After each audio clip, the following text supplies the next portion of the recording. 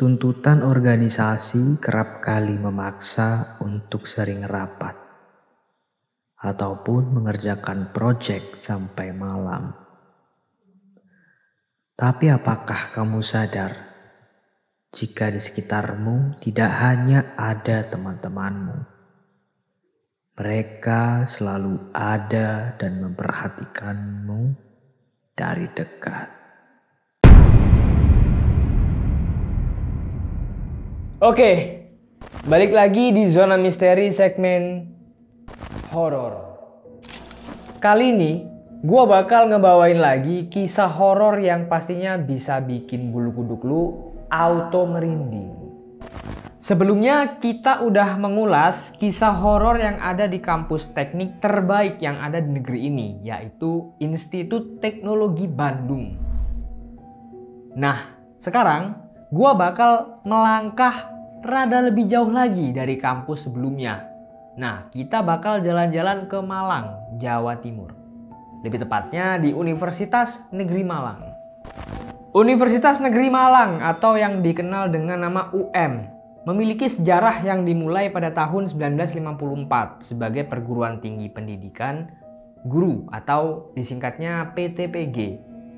Dan waktu itu UM diresmikan oleh Menteri Pendidikan, Pengajaran dan Kebudayaan Profesor Mr. Muhammad Yamin pada tanggal 18 Oktober 1954. Nah, waktu itu UM masih bernama IKIP gitu ya. Kalau orang-orang zaman dulu termasuk kakek gua nggak tahu apa itu UM, taunya IKIP.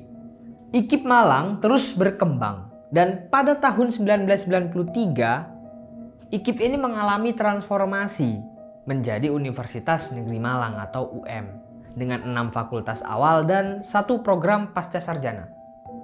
Nah, sejak saat itu UM ini terus tumbuh dan dia mengembangkan diri dengan membuka berbagai program studi baru di berbagai fakultasnya. Nah, BTW cerita horor kali ini sebenarnya cerita yang datang dari pengalaman temen gue sendiri yang kebetulan dia kuliah di kampus UM Malang, Jawa Timur. Lu semua mau tahu nggak gimana kisahnya? Kalau lu mau tahu, kisah horor ini sebelumnya tuh udah diulas di websitenya Zona Mahasiswa. Spesifiknya lagi di segmen Zona Misteri. Lu langsung cek aja ke websitenya. Sebelum kita masuk ke ceritanya, lo siapin dulu cemilan, minuman, terus lu duduk dengan posisi yang paling nyaman. Siap-siap, karena sebentar lagi Zona horor aktif.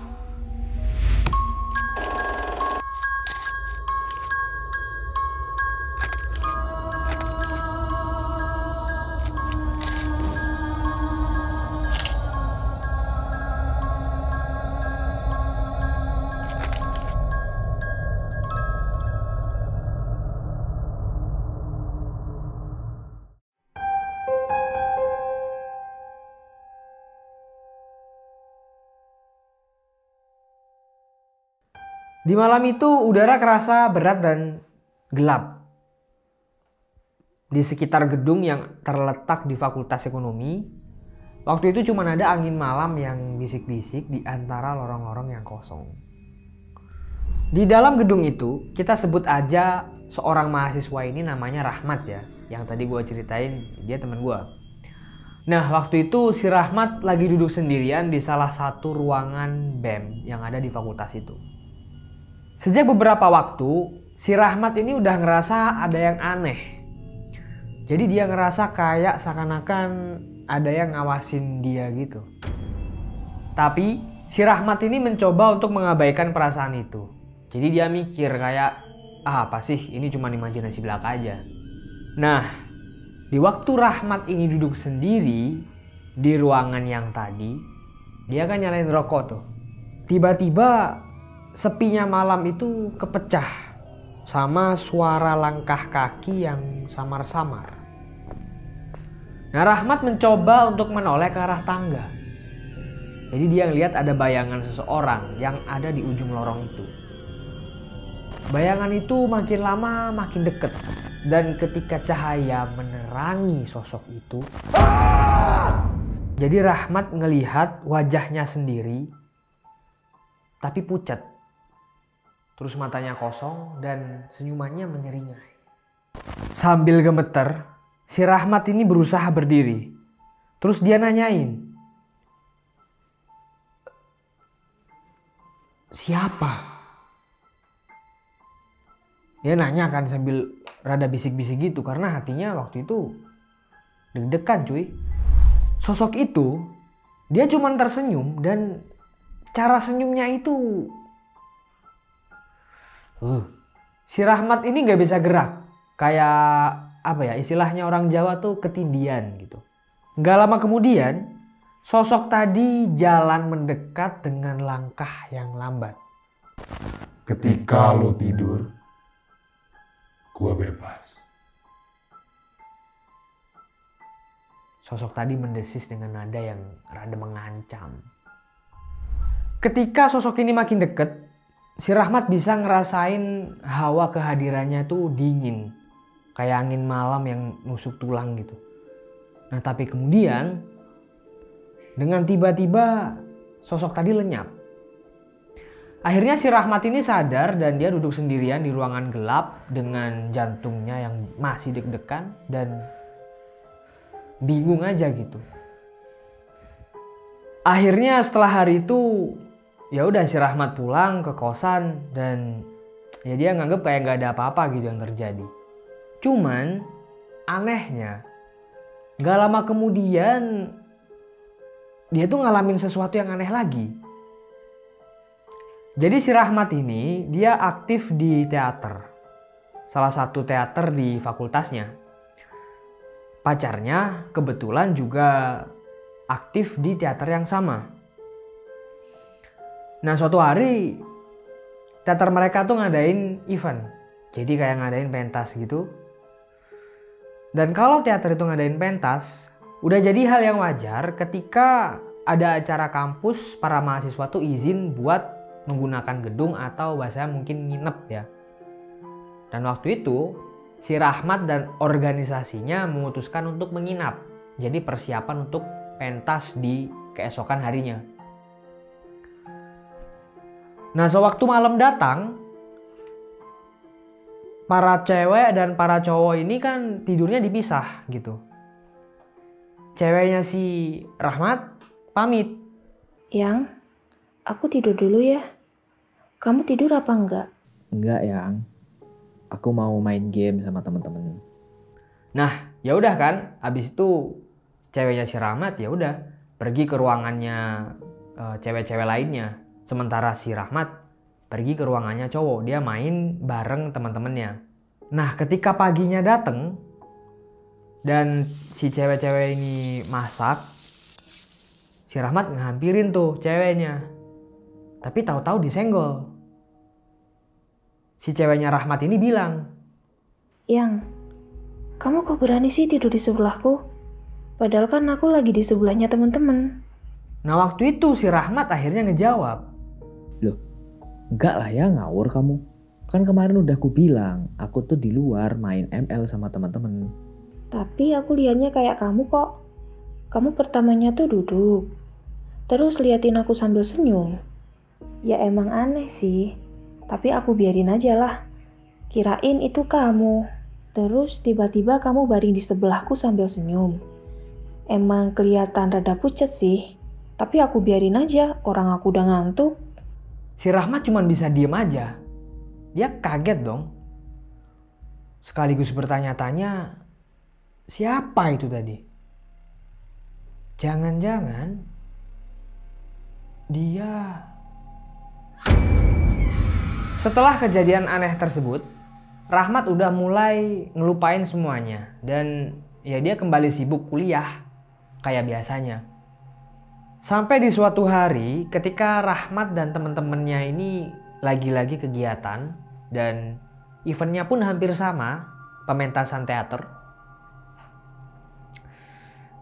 Dia dan teman-temannya ngalamin peristiwa yang aneh. Jadi sewaktu kampus itu sepi, tiba-tiba ada suara langkah kaki. Yang suaranya tuh bergema gitu di lorong-lorong gedung dan terdengar jelas. Lagi-lagi muncul bayangan yang samar-samar tapi tetap kelihatan gitu di belakang panggung. Dan dari arah sosok itu tercium bau yang menyengat dan menusuk hidung. Salah satu temannya si Rahmat, kita sebut aja namanya Jikul. Dia ini orang yang sering ngerasain kehadiran sosok lain. Di suatu malam setelah mereka pada latihan, karena wajarnya ketika mereka ini mau pentas, mereka latihan. Nah si Jikul tiba-tiba ngerasa terpanggil dan dia tiba-tiba ngambil sesuatu yang ada di dalam gedung pementasan. Meskipun dia ngerasa takut, rasa penasarannya ini lebih besar. Akhirnya si Jikul tadi memasuki ruang gedung sendirian. Nah, cahaya lampu yang tadinya nyala itu tiba-tiba redup. Nah, di waktu si Jikul melangkah mendekati panggung, tiba-tiba ada suara langkah kaki yang tak terlihat, tapi terdengar dan dia makin lama makin dekat. Sampai akhirnya tanpa sadar Jikul berjalan menuju ke belakang panggung. Ketika si Jikul tiba di belakang panggung, tiba-tiba udara kerasa dingin dan gelap. Jikul ngerasa ada sesuatu yang nyentuh bahunya. Akhirnya Jikul balik dong dengan cepat. Dia ngelihat bayangan wanita tua dengan rambut panjang yang terurai. Wajahnya pucat dipenuhi dengan ekspresi kesedihan. Si Jikul otomatis terdiam. Dia terpaku oleh ketakutannya sendiri. Karena sosok itu menatapnya dengan tatapan yang kosong. Kamu cari apa? Di waktu sosok itu makin mendekat, Jikul ngedengar ada suara gemuruh yang datang dari kejauhan. Akhirnya cahaya terang mulai menyinari panggung dan tiba-tiba sosok itu lenyap. Jikul tiba-tiba tersadar kalau teman-temannya pada datang. Sejak malam itu si Jikul gak pernah ngelangkah sendirian lagi atau jalan sendirian lagi di gedung pementasan teater. Dia selalu ngerasa kalau ada sesuatu yang mengawasinya dari balik bayang-bayang. Nungguin kesempatan buat muncul lagi suatu hari nanti. Kisah selanjutnya menceritakan tentang seorang mahasiswi yang saat itu masih kuliah di tempat yang sama. Cuman eranya beda. Jadi waktu itu namanya masih IKIP kan. Dan si mahasiswi ini kita sebut aja namanya Putri. Suatu hari si Putri ini terjebak di dalam gedung FMIPA karena ada hujan deras yang gak kunjung reda. Nah si Putri berteduh di sana sampai akhirnya malam tiba. Tapi karena hujan ini masih belum berhenti, akhirnya si Putri memutuskan buat nerjang aja si hujan ini. Jadi dia gak peduli. Mau pulang aja bawaannya. Aduh, ini hujannya kok lama banget ya.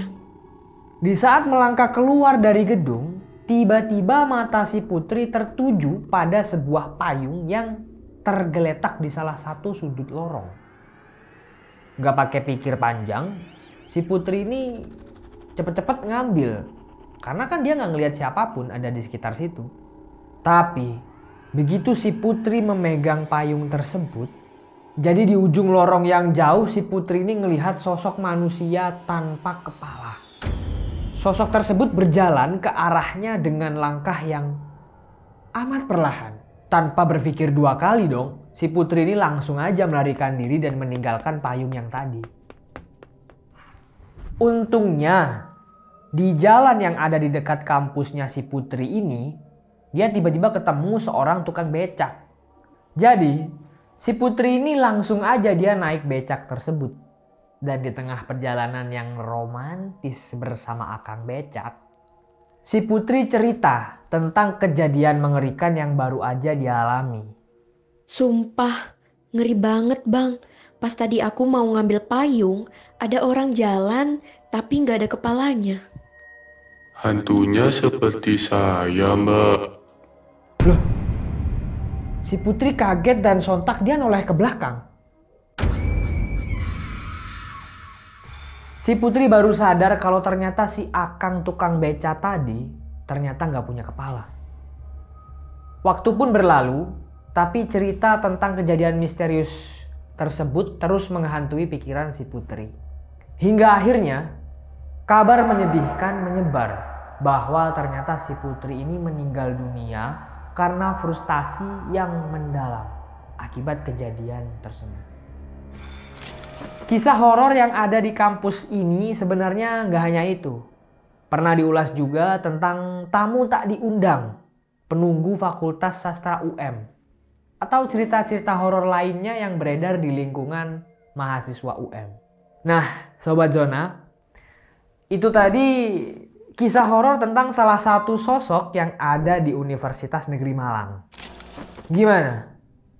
Lo percaya nggak sama cerita horor yang tadi? Atau bahkan lo pernah ngalamin sendiri? Coba komentar di bawah ya. Buat lo semua yang pernah ngalamin kejadian horor di kampus, lo bisa kirimin cerita ke redaksi @zonamahasiswa.id. Nanti cerita-cerita horor dari lo bakal kita bacain satu persatu. Jangan lupa tengok kanan, tengok kiri. Bisa jadi mereka ada di samping kalian.